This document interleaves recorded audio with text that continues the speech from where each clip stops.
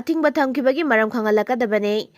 World Indigenous Day की थोरमदा नागा यावबा यारोय हाइना यूनाइटेड नागा काउंसिल UNC ना अथिंग पिरकलिबा से करंबा एजेंडा लेबगिनो हाइना मैतेली पुन्ना हंगलकले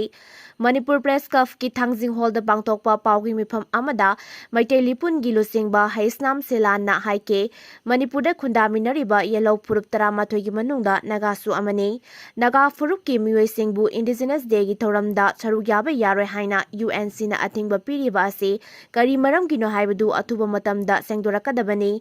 येलहौमी सिंह गी याइफनबगी मतंगदा वांगांगुना लाकपा आसांग कासारबो मखाताना वांगांगबा यारोय हाइना UNC ना अथिंग थमलिबासी अथुबा मतमदा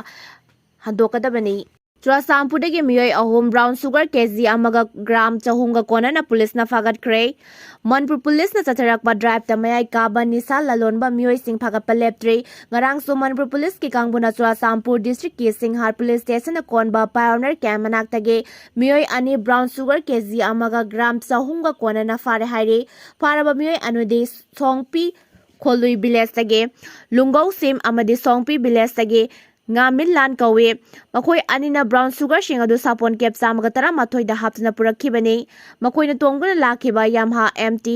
15 registration number MN01AF 1857 amadi Mahindra Bolero registration number MN04AF 5742 su phagatle haire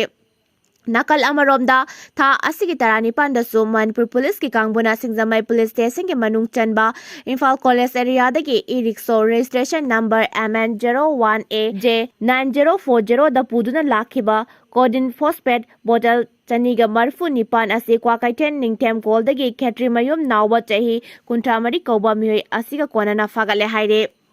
Sel thanaba online game thingnabagi bill Lok Sabha da putokre Union Minister for Electronic and Information Technology Ashwini Vaishnav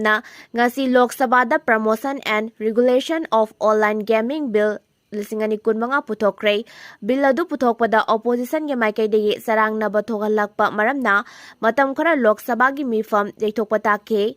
makhl khudimaki sel thanaba online game thingnabagi pandamda bill asi putorakpani Union Cabinet na bill ase Parliament ta puthoknabagi matangda ayaba pikhrabani Hiramasigi matangda Union Minister Ashwini Vaishnav na haike naha oiriba miyoi kya online game da laisu hanbaga loinana yamlaba senpham ama arembada manghanba maramna bill ase Parliament ta pass taunaba thorang lokhatpani chawkhalakpagi matung ina tongan ba gaming platform singna sel thanaba makhlgi online game puthorakpa maramna sahi nauriba angang singda asoba saitheng ama pire malemgi tongan ba mafamda miyoi kyana game makhl ase pamna sanabagum India da su sahi nauriba miyoi sing online game da sen thanabagi thong satharakpa thengnare haire Online gaming ke matangda National Legal Framework ama semnabagi pandamda bill ase Parliament ta pass taunaba thorang lokhalakpani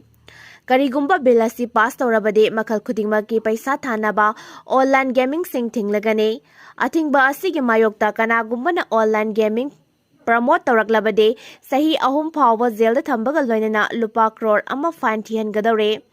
Online gaming ge advertise tawba singbuna sahi ani jail da thambaga loinana lupa lakh yankhai ge file thian gani haire hiramasi gi matang da report amana hai online gaming ge manung saliba singde kanagumbana sell deposit tawraga ahenba sell tanabagi wakalonda online da sanaba game makhl khudingmak thingbagi tangai fadaba matam yorakle athingba asige mayokta leiba lanai miyoi amade platform sing ID egg listing ani gi mak section 69 clause A gi makhada book tawba yai sel thanadana online da sanaba game sing athingba leite adubu hiramasigi matangda mari leinaba regulatory authority da register tawgadabani haiba wafam bill asida mayek sengna yaure India lengak na Delhi da wari sana se hairakpada UNC na yakhidre India lengak na free movement regime lokthokhiba amadi Indo Myanmar ngangkhaida fencing khabagi thabak sathariba ase lepkadabani haina demand tawraduna khongjang jangsinabagi sem sariba United Naga Council UNC da India lengak na Delhi da mifam pangthoknabagi khudong sagadaba matam khagan laknaba hairakhibabu UNC na yakhidre Newmai News Network ka nagagi lusingba amaga wari sanabada India lengakna Delhi da mifam pangthokna bakhangal lakliba ase yaba ngamloi karigumba wari sanaba tarabade nagagi lamda India lengaki mihusing lakuna sanagadabane adubu India lengaki maikaidagide nagagi lamda lakuna wari sanaba haibase khudongsa daba maramde Ministry of Home, Minister of Home Affairs, Ministries of External Affairs amadi Ministry of Defense yauraga sanagadaba oibana khudong saroi hairakpadi lei maram aduna UNC gi mihusingna Delhi da satuna mifam pangthoklakpasu yai tawbutabu akaknaba matamdi lepa leitri haina phongdorake panba yabadi August 13 da naga lusingba singe mifam pangthoktuna numit 15 ni gi manungda changsingadaba khongjangsing lepthoktuna naga miyamna sem sanaba khangan khibadi leikrabani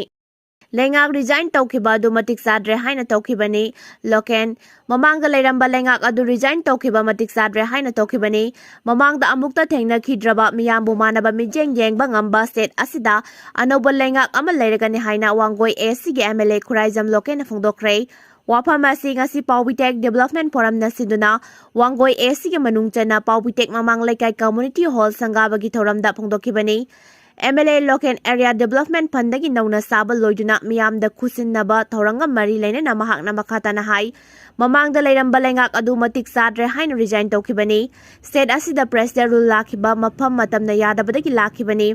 miyamna hauzik president rule pamdre state asida thubada mamangda okhidriba miyamna yaba public government ama lakani anouba lengak adu da lingzen manaba kathok pana mangjin thaba MLA singtagi oiba lengak oigani mamangda leiramba lengakna isagi oiba wakhalona mangjin thakibana lamdam asigi sakwat thorangi thinthakibani miyamgi mihut ama oina miyamgi amadi tungi mirolgi afaba thabak toramba asina manga thamsi haike thoranga mari leinana Ketrigao ACG MLA oibata natana NPP Manipur gi legislature reader Sheikh Nurul Hasan nahai miyamgi mihut oiriba MLA sing leina lengak semba ngamdaba asi leibak asigi democracy da maring marang hanba ama oire state asida stability hanjilakpaga iroinana athubada NDA na lusingba lengak ama lakani haina phongdokre kumja lising ani kulumdoi gi me ohum dagi hauduna state asida thoki bairang aduna maram oiraga hana leiramba state government resign tawguna sahi asige February 12 dagi hauduna president rules anarakba tha taru henjilakle state asida leiriba governor council central government amadi tongan ba CSO singa punna honabadagi state asida tapna stability ama lakpa ngamle haike KCP gi cadre ahom misial ni haina party asna lakthokre KCP gi cadre ahom misial ni haina Kangleipa Communist Party KCP gi Department of Information and Publicity member in charge S mangal na khuyek pidun thadorak pachero amana phongdorakle zero rasina hai party de gi michel oikraba miyoi kharana maranai oina khupu semduna lupki mingda miyam de gi senkhai thumkai chathare haibagi pau phangle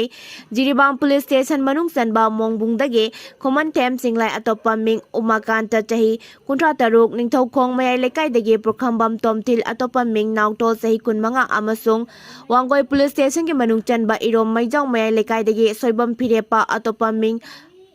baragil sahi kulhumdoida miyamna makhl amatagi mateng pangbigano party gi oina anouba letterhead ama sizinaragani haire